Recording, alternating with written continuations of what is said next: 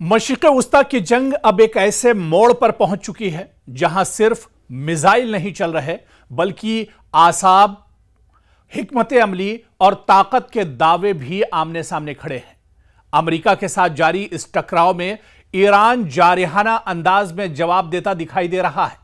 ایران نے ایک کے بعد ایک قطر، بحرین، کویت اور اردن کو نشانہ بنایا ہے اور امریکی تنصیبات کو نیست و نابود کر دیا ہے۔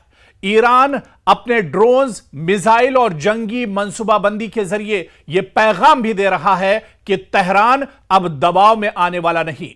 جیلی فش ڈرون سے لے کر شاہد ڈرون تک اور خیبر جیسے خطرناک میزائلوں سے لے کر پاسداران انقلاب کے بلند حوصلوں تک ایران نے اس جنگ کو صرف محاذ پر نہیں بلکہ نفسیاتی دباؤ کے میدان میں بھی ایک نئی شکل دے دی ہے۔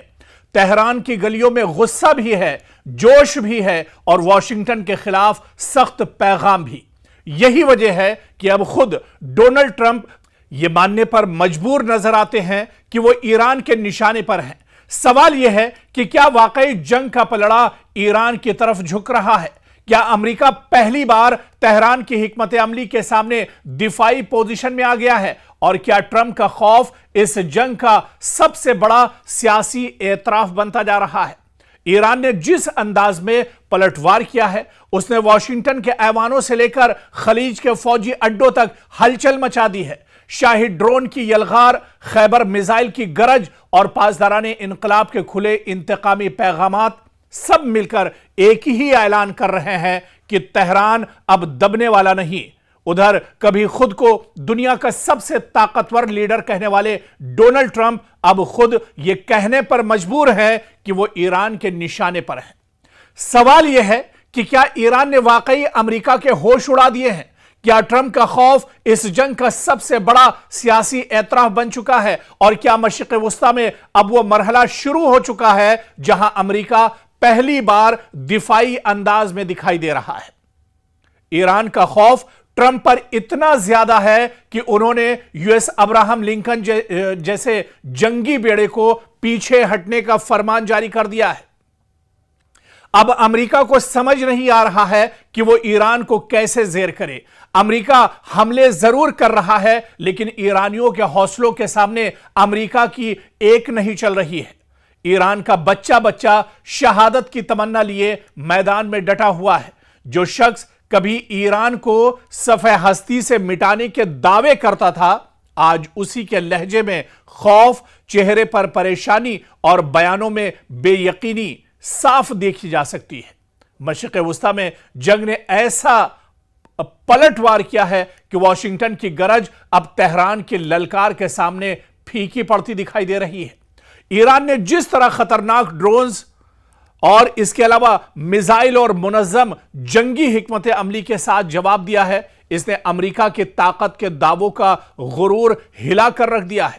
شاہد ڈرون کی پرواز ہو، خیبر میزائل کی گونج ہو یا پاسداران انقلاب کے کھلے انتقامی پیغامات، ہر بار گویا ٹرمپ کے اس تکبر پر چوٹ بن کر پڑا ہے جو برسوں سے دنیا کو خوفزدہ کرنے کی سیاست کرتا رہا۔ اب سوال یہ ہے کہ کیا ٹرمپ واقعی پہلی بار خود کو غیر محفوظ محسوس کر رہے ہیں؟ کیا ایران نے امریکی طاقت کے اس مصنوعی رعب کو چیلنج کر دیا ہے جس کے سہارے واشنگٹن دنیا بھر کو آنکھیں دکھاتا رہا؟ اور کیا یہ جنگ ٹرمپ کے سیاسی قد سے زیادہ ان کے خوف کو بے نقاب کر رہی ہے؟ یہ دراصل ایسے سوال ہیں جو ایک بار سوچنے پر مجبور کر رہے ہیں۔ اس جنگ میں آپ دیکھیے کہ یہ جنگ جب اسرائیل اور امریکہ نے مل کر ایران کے خلاف شروع کی تھی تو دنیا نے یہ نہیں سوچا ہوگا کہ ایران اتنی مضبوطی کے ساتھ دشمن کو جواب دے گا۔ اور آپ دیکھیے کہ ایک لمبی جنگ چلی اور اس جنگ کا ڈٹ کر سامنا ایران کرتا رہا۔ اس کے بعد امریکہ کو بات چیت کی میز پر آنا پڑا۔ پھر امریکہ کہیں نہ کہیں اس کی نیت خراب ہوئی، اس نے دوبارہ سے ایران پر حملہ کیا اور اب پھر ایران ایک طرح سے ڈٹ کر مقابلہ کر رہا ہے۔ ایک طرف جہاں امریکہ دباؤ بنانے کی کوشش کر رہا ہے لیکن اس سے پہلے ہی ایران اس دباؤ کو ایک طرح سے ختم کرنے کی پالیسی پر کام کر رہا ہے۔ تو ایران لگاتار اس جنگ میں پوری مضبوطی کے ساتھ ڈٹا ہوا ہے، میدان میں ایک طرح سے جمع ہوا ہے، اور اس کی جو جنگی حکمت عملی ہے امریکہ کے پاس اس کا کوئی جواب فی الحال نظر نہیں آ رہا ہے۔ آپ دیکھیے کہ جس طرح کے اسلحوں کا استعمال، جس طرح کے جنگی ہتھیاروں کا استعمال ایران نے اس جنگ میں کیا ہے، ایسے میں دنیا تو ایک طرح سے ایران کی طاقت دیکھ ہی رہی ہے، لیکن دوسری طرف امریکہ جیسا سپر پاور ملک بھی ایک طرح سے حیران ہے کہ آخر وہ ایران جس پر ہمیشہ پابندیاں رہی ہوں، جس پر ہمیشہ ایک طرح سے پریشانیوں کا دور رہا ہو، لیکن وہ آخر اتنا مضبوط کیسے ہو سکتا ہے۔ اور یہی وجہ ہے کہ آج دنیا یہ کہنے پر مجبور ہے کہ مشرق وسطیٰ کا اب اگر کوئی مشرق وسطیٰ میں سب سے مضبوط طاقت ہے، اب اگر کوئی مشرق وسطیٰ کا سپر پاور ہے تو وہ کوئی اور نہیں بلکہ صرف اور صرف ایران ہے۔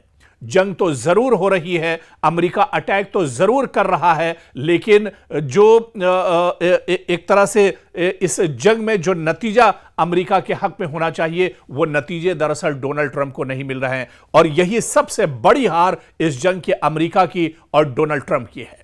مشرق وسطیٰ کی جنگ اب ایک ایسے موڑ پر پہنچ چکی ہے جہاں صرف میزائل نہیں چل رہے بلکہ اعصاب، حکمت عملی اور طاقت کے دعوے بھی آمنے سامنے کھڑے ہیں۔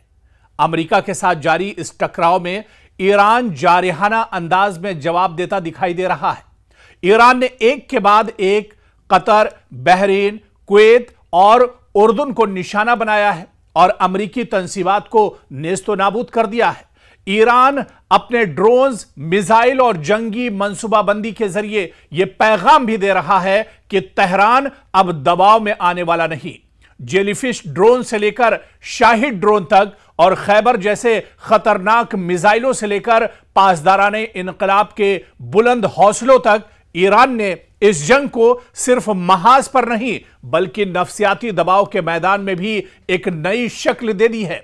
تہران کی گلیوں میں غصہ بھی ہے، جوش بھی ہے اور واشنگٹن کے خلاف سخت پیغام بھی۔ یہی وجہ ہے کہ اب خود ڈونلڈ ٹرمپ یہ ماننے پر مجبور نظر آتے ہیں کہ وہ ایران کے نشانے پر ہیں۔ سوال یہ ہے کہ کیا واقعی جنگ کا پلڑا ایران کی طرف جھک رہا ہے؟ کیا امریکہ پہلی بار تہران کی حکمت عملی کے سامنے دفاعی پوزیشن میں آ گیا ہے؟ اور کیا ٹرمپ کا خوف اس جنگ کا سب سے بڑا سیاسی اعتراف بنتا جا رہا ہے؟ ایران نے جس انداز میں پلٹوار کیا ہے، اس نے واشنگٹن کے ایوانوں سے لے کر خلیج کے فوجی اڈوں تک ہلچل مچا دی ہے۔ شاہد ڈرون کی یلغار، خیبر میزائل کی گرج اور پاسداران انقلاب کے کھلے انتقامی پیغامات سب مل کر ایک ہی اعلان کر رہے ہیں کہ تہران اب دبنے والا نہیں۔ ادھر کبھی خود کو دنیا کا سب سے طاقتور لیڈر کہنے والے ڈونلڈ ٹرمپ اب خود یہ کہنے پر مجبور ہیں کہ وہ ایران کے نشانے پر ہیں۔ سوال یہ ہے کہ کیا ایران نے واقعی امریکہ کے ہوش اڑا دیے ہیں؟ کیا ٹرمپ کا خوف اس جنگ کا سب سے بڑا سیاسی اعتراف بن چکا ہے؟ اور کیا مشرق وسطیٰ میں اب وہ مرحلہ شروع ہو چکا ہے جہاں امریکہ پہلی بار دفاعی انداز میں دکھائی دے رہا ہے؟